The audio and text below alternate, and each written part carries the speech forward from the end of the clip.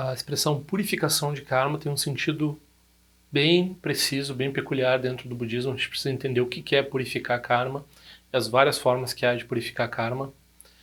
E também uma pessoa perguntou se é possível purificar o karma de outra pessoa. Vamos ver isso.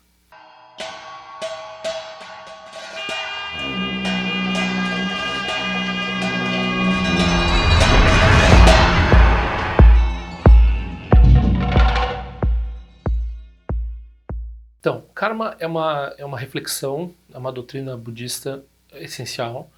Todo praticante budista precisa refletir sobre karma, precisa entender como o karma, seja ele positivo, seja ele neutro, seja ele negativo, ele nos aprisiona ao samsara, né? Claro que o karma positivo, quando ele é carregado junto com as aspirações da prática, ele pode nos levar além do samsara. Então o karma positivo é o que nos faz encontrar o Dharma, é o que nos faz ter boas condições para praticar o Dharma. Quando a gente tem dificuldades de praticar, ir para retiro, não sei o que, isso quer dizer que o nosso karma positivo não existe ou não amadureceu completamente para a gente produzir essas circunstâncias. Por outro lado, há várias experiências boas que os seres vivenciam, que nós chamaríamos de karma positivo, que não são perda de tempo, não são necessariamente positivas de verdade, são grilhões de ouro, né? Então os sofrimentos causados pelas nossas ações são grilhões de ferro, e as felicidades causadas pelas nossas ações positivas sem a perspectiva profunda do Dharma são grilhões de ouro, né? Essa é a perspectiva extraordinária dos ensinamentos budistas, tanto no Shravakayana, quanto no Mahayana, quanto no Vajrayana, em qualquer Yana, é assim, esse é o entendimento basal, e foi isso que o Buda explicou, né? Então a gente pratica para ir além dessas determinações de causa e efeito, que são produzir causas positivas, neutras e negativas, né, dentro de um escopo que não tem essa ação não condicionada, né? Então se essas ações condicionadas, sejam elas positivas, negativas ou neutras, elas vão nos prender ao samsara. Experiências boas de samsara, experiências ruins de samsara, né? Na Ásia, e imagina no Ocidente, a nossa confusão sobre karma é muito grande. Então, vamos recomendar novamente o livro da Luz e da Letra, que é o livro do Traleg Kyabgon Rinpoche, sobre karma. É um livro crucial para entender a diferença do karma na tradição budista e em outras tradições e o que a gente realmente quer dizer sobre. É uma reflexão crucial. Atrás tem um comentário sobre o livro do Dzigar contra o Rinpoche, então é um livro recomendado, seja ele para, né, o Traleg Kyabgon Rinpoche, ele é principalmente um professor karmakádyo, né? Mas praticantes Nyingma, praticantes de outras tradições vão se beneficiar desse livro. Ele fala sobre karma em várias perspectivas, inclusive não budistas. Ele explica um pouco o entendimento de karma, e é crucial esse livro. Um dos elementos que a gente precisa pensar é que quando a gente fala karma, normalmente, imprecisamente, mas é uma imprecisão que já está consagrada em todas as línguas, inclusive as asiáticas, inclusive no tibetano e assim por diante, a gente está falando de causa e efeito. Então a gente fala karma quando a gente faz uma ação negativa, e a gente fala karma quando a gente sofre porque a gente fez alguma ação negativa no passado. Mas na verdade o Buda era um pouco mais preciso, ele falava karma quando a gente age, então quando a gente age positiva, negativa ou neutramente, né? A gente tem um karma, tem uma ação, essa ação com relação a outro ser. A gente prejudica ele, a gente ajuda ele, ou a gente permanece neutro com relação a ele. Isso é karma. Quando a gente vai receber lá o resultado dessa nossa ação, ou seja, felicidade causada pela felicidade que nós causamos, sofrimento causado pelo sofrimento que nós causamos, perda de tempo causada pela perda de tempo que nós causamos, ou seja, o neutro, né? Então o neutro é basicamente negativo, isso que o Patrão Rinpoche nos diz. Neutro e negativo é a mesma coisa, e o positivo, se não tem a visão profunda do Dharma, ele também é negativo. Então o karma é sempre ruim. Não, mas é uma brincadeira, mas é importante entender que essa perspectiva do Dharma muda um pouco como a gente lida com o karma positivo, isto é, o mérito, né? Então, quando a gente tem o poder da dedicação, do mérito, quando a gente tem o reconhecimento, o entendimento um pouco intelectual da vacuidade, de não dualidade, desses elementos todos, isso muda um pouco o nosso entendimento do mérito, e daí o mérito pode se unir com a sabedoria. Quando a gente está falando em mérito e sabedoria, daí a gente está falando em prática do Dharma. Quando a gente está falando só em mérito, aí a gente tem dois tipos, né? Tem o mérito sistemático, que a gente pode dizer que é uma prática filosófica ou espiritual, né? a pessoa se esforça na virtude sistematicamente, e também tem a virtude assim meio que circunstancial, que a pessoa mais ou menos aleatoriamente, ela, de vez em quando, eu vou ser uma boa pessoa, né? Então isso daí não é nem mesmo uma prática espiritual, é só as usual, samsara as usual. Algumas vezes eu sou ruim para os outros, algumas vezes eu sou bom para os outros.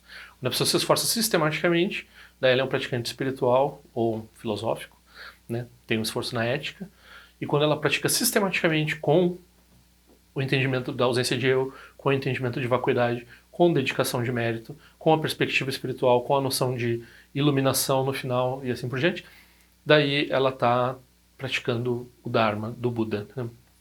Então essa é a diferença crucial. Então a gente tem o karma e o vipaka. O karma é a ação, o vipaka é o resultado. O que a gente purifica é o vipaka. o karma é um pouco assim.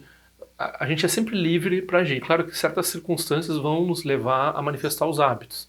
Então a pessoa pode estar indo, sei lá, comprar droga, daí no meio do caminho ela encontra alguém e lembra dos problemas todos, né? Ela encontra um cara que se deu pior ainda com droga, e daí ela, sabe do que mais? Eu não vou nem, né?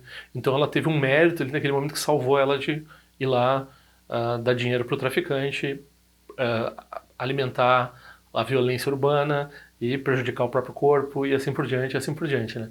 Então, as circunstâncias podem nos fazer evitar certos karmas, mas não completamente, a gente sempre tem uma liberdade. Caso, se tudo fosse determinado, daí a gente não tinha motivo nenhum para estar falando no assunto. A gente esquece, né?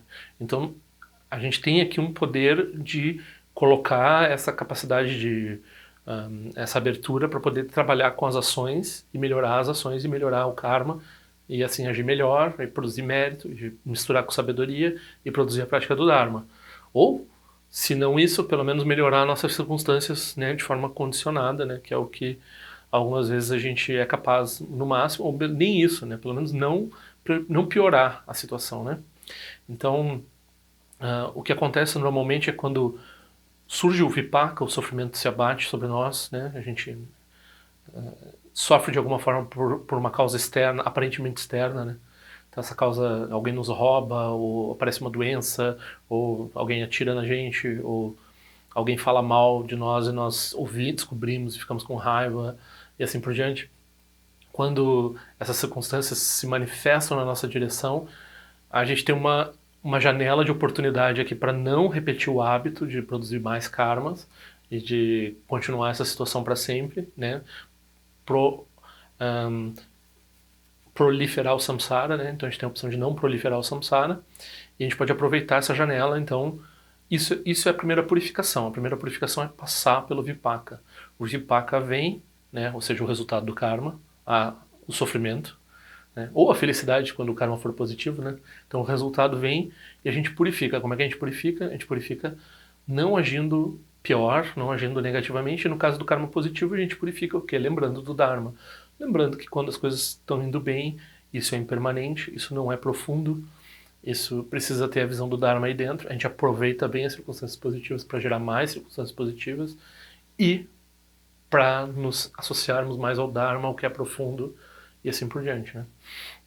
Então, purificar karma pode significar passar bem pelo karma. Então, a pessoa pode ficar doente e daí ela fica impossível, né? Muitos doentes são assim, são pessoas ficam difíceis, né? Porque a pessoa fica numa situação, ela nunca se viu sem controle sobre si mesma, então ela começa a ter raiva, ela começa a incomodar as pessoas, fica uma pessoa impossível. Então, isso faz parte do nosso treinamento. Quando nós necessariamente, se nós não morrermos antes, nós ficarmos bem doentes, isso vai acontecer com todos nós, a gente vai perder o controle sobre nós mesmos, inexoravelmente.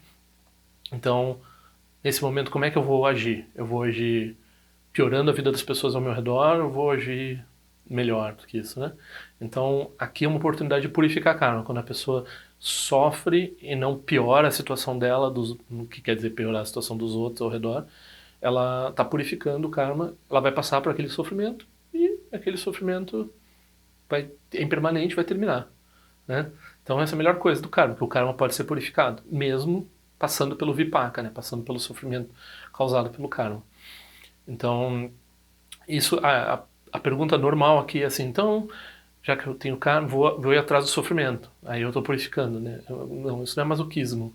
Então, e também se tu procurar sofrimento, tu tá gerando karma, porque tu tá prejudicando a si mesmo. Então o sofrimento ele tem que te achar. Se tu for atrás do sofrimento achando que tu tá purificando karma, na verdade tu tá gerando mais karma. Então não adianta produzir um sofrimento que tu não tá purificando coisa nenhuma, tu tá causando mais vipaka pro futuro, mais sofrimento ainda. Então, sempre pergunto isso, né? É a maior bobagem, mas sempre pergunto isso. Aí, quando a gente se aproxima mais do Dharma, tem perspectivas de purificação de karma dentro principalmente do Mahayana e principalmente dentro do Vajrayana. Então, no Mahayana se recita alguns sutras, né?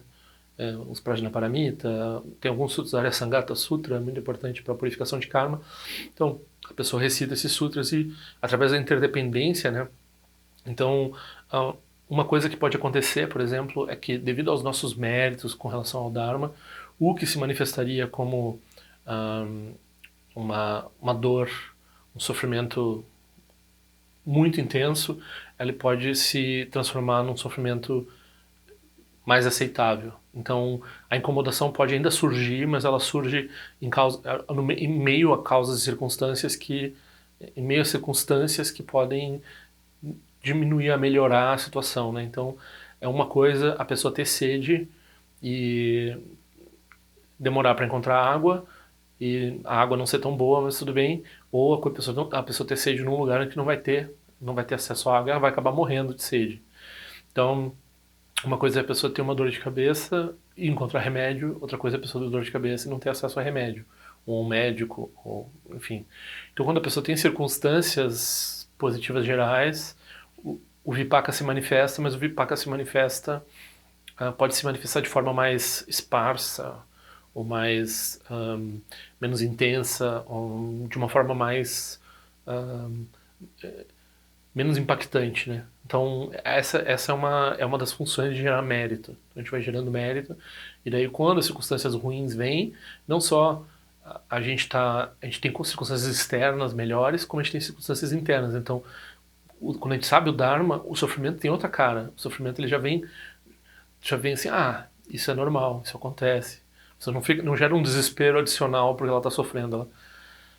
O Buda disse, né? É assim que funciona esse negócio. Daí não tem jeito, o corpo dá problema. Então vem a doença, que coisa inesperada. Não, basta estar vivo para dar problema, basta estar vivo para morrer, basta estar vivo para ficar doente. Então esse tipo de atitude pode parecer fatalismo, mas no fim a pessoa se incomoda menos. O sofrimento vem e o sofrimento vai passar de um jeito ou de outro. E o jeito que a pessoa lida psicologicamente com o sofrimento ajuda a melhorar o sofrimento e também circunstâncias externas que a pessoa criou através do mérito vão diminuir esse impacto, né? Aí, na perspectiva do Vajrayana, a gente tem uma outra ideia. A gente tem, através do reconhecimento da vacuidade, da transformação dos fenômenos, né, porque como não há uma essência nas coisas, as coisas não são determinadas.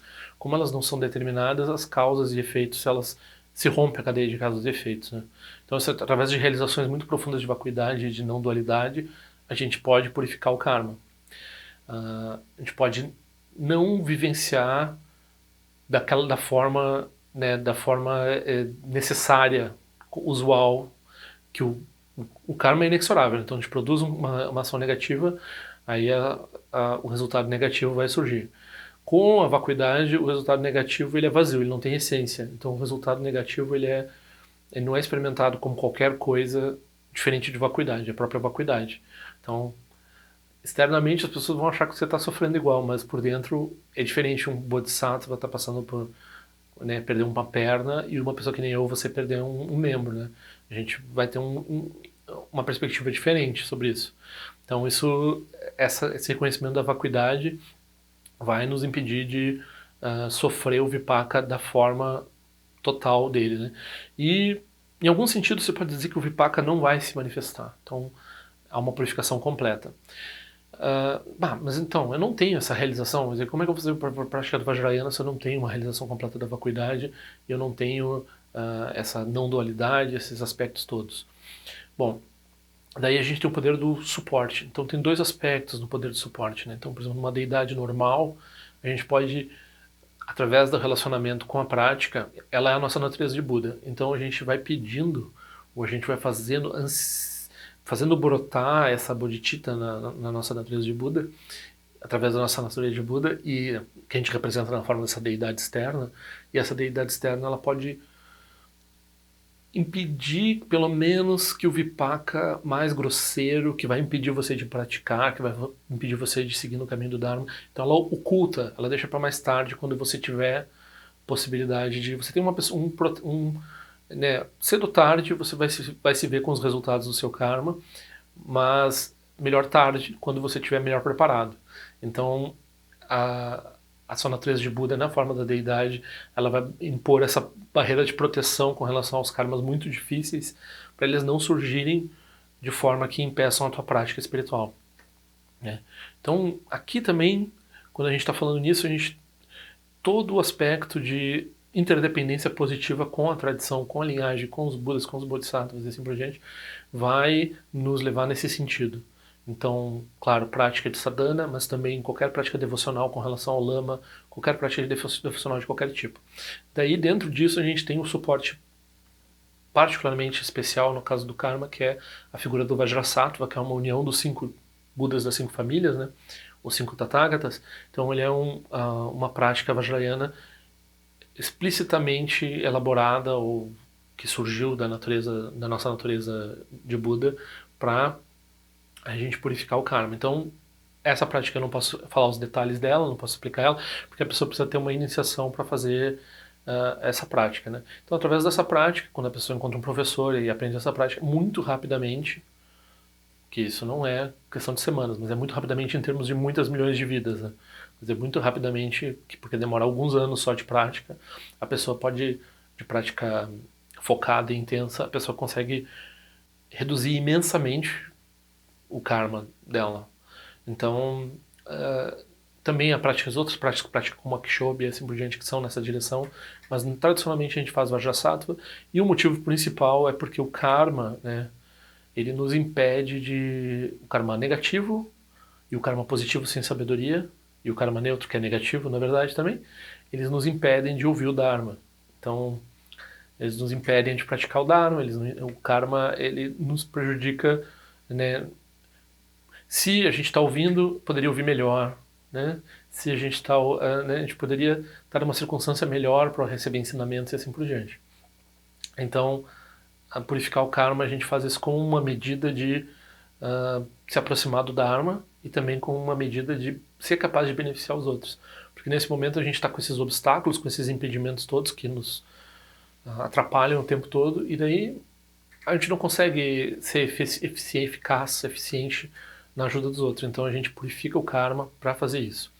É possível purificar o karma dos outros? Bom, isso é possível, mas num sentido muito extraordinário, que é o sentido da não dualidade. Então, quando não há eu, quando não há eu e outro, aí toda a prática de purificação de karma, ela envolve todos os seres.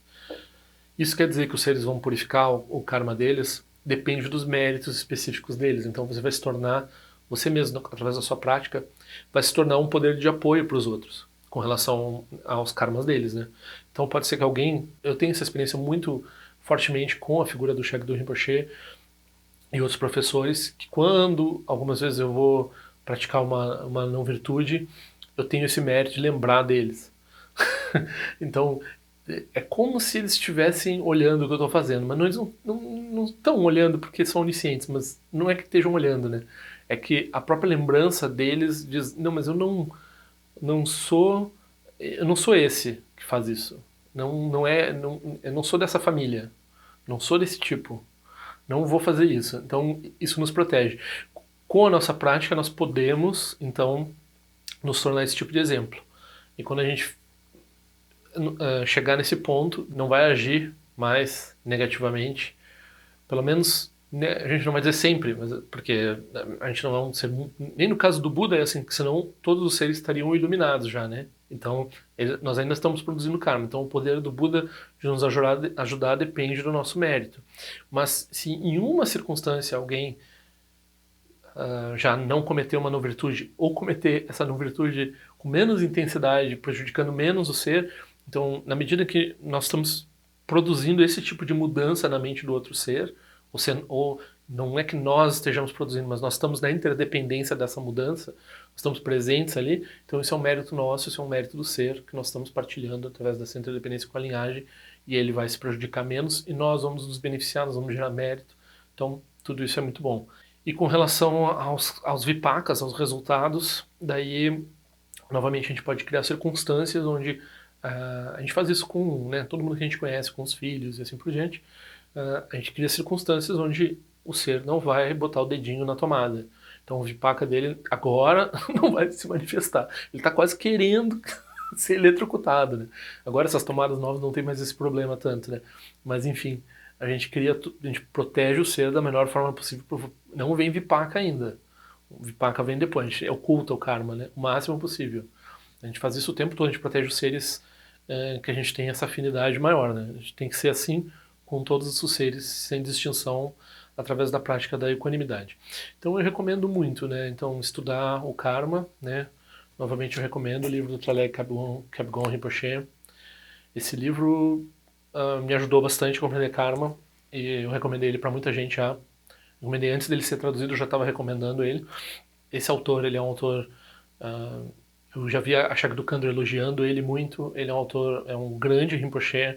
A história da vida dele é muito interessante também. Então é bem recomendado estudar esse tema. E quem tiver, por favor, tenha esse mérito de encontrar professores e receber instrução sobre como fazer essas práticas Mahayana, de recitar esses sutras e assim por diante. E a prática do Vajrasattva, que normalmente a gente faz no contexto do Nondro, mas a gente pode também fazer como uma prática principal, como uma prática isolada, é crucial, né? Então, para quem tem esse tipo de conexão com o budismo tibetano, nós fazemos Vajrasattva, nós tomamos iniciação de Vajrasattva, completamos a acumulação de mantra longo, curto do Vajrasattva. Isso, assim, pelo menos para tirar o grosso, né, do karma. Sempre a gente vai, né, nessa vida encontrar sofrimento. Imagina o que encontraria se não fizesse essas práticas.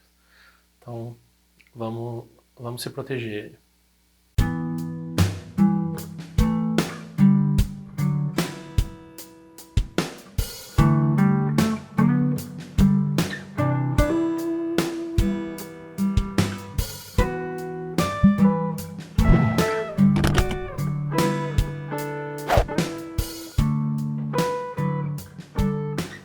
Ei, não esquece de se inscrever no meu canal, é importante para mim. Clica na sinetinha para receber a notificação e se quiser se inscreve no meu boletim informativo de forma que eu ando fazendo, o que eu ando pensando. Também para contribuir de alguma forma com esse canal, esse é o endereço. Eu espero que em breve nós nos vejamos na prática do Dharma. Ao longo de minhas muitas vidas e até este momento, todas as virtudes que tenho alcançado, inclusive o mérito gerado por esta prática e todas as que vier a conseguir, ofereço para o bem-estar dos seres sencientes. Possam a doença, a guerra, a fome e o sofrimento diminuir para todos os seres, enquanto sua sabedoria e compaixão aumentam nesta e em vidas futuras. Possa eu claramente perceber todas as experiências como sendo tão insubstanciais como o tecido do sonho durante a noite e imediatamente despertar para perceber a manifestação de sabedoria pura no surgir de cada fenômeno. Possa eu rapidamente alcançar a iluminação para trabalhar sem cessar pela liberação de todos os seres. Nirawe Korajinga Sumpano Neoma Lundi Kwene Tirezi Wante Jinja Soeza Pekajar Padu Tenjote Om Sochi Jamen Champene Jirasawa Kunchatu Zio Zetai Bai Mediano Jutu Piamani Jogi Sasundatu Tenjote Chume Kwene Pema Sambao Sasura Jinjese no Pai Garjuan Shujuku Peku Kuse Destintes Indar Shinju Jigmetu Jutru Panange Wancha Tungondo Pateno Muyeng Kupamalora Sanelundu Tileta Tu Tenjote Pemeja Sum Pemeri Suche Pemetan Lati Kusizuan Pemancho Jidruma Jisoji Nani Bemelun Jidru Jote Penenjoane Chimpote Payuri Nepadan Basi Pechambundan Kuseja Sentenjote Kusun Sanje Guru Rinpoche do Condado eu Wachimbo Jabartia com seu tutor da Poça Sol Adepson Chinchilapto Sushi não se mueve de chuva dançam balão de dropa Chinchelo uma rumba Zaguru Pemacede Hun Ken Locha Son de Loche Zalin Sasson Chapapel Trojo Sung Nanguada Midral do Sungele Show